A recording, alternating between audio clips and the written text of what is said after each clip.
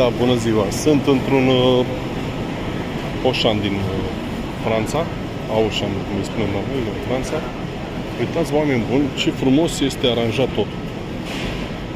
Nu vreau să zic că nu e și la noi, dar nu știu, uitați un pic să vedeți ce legume au, ce fructe au, ce frumos arată tot. Deci, vorbesc serios. Ți-e mai mare dragul să vii, ți-e mai mare dragul să vii, să te uiți, să-ți alegi. Ai și de unde alege, au tot felul de promoții, peste tot găsești promoții. Uitați, de exemplu, uitați.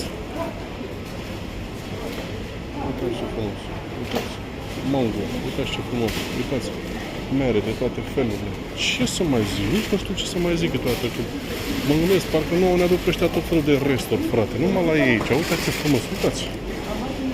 Ți-e mai mare dragul să vii, să alegi, să te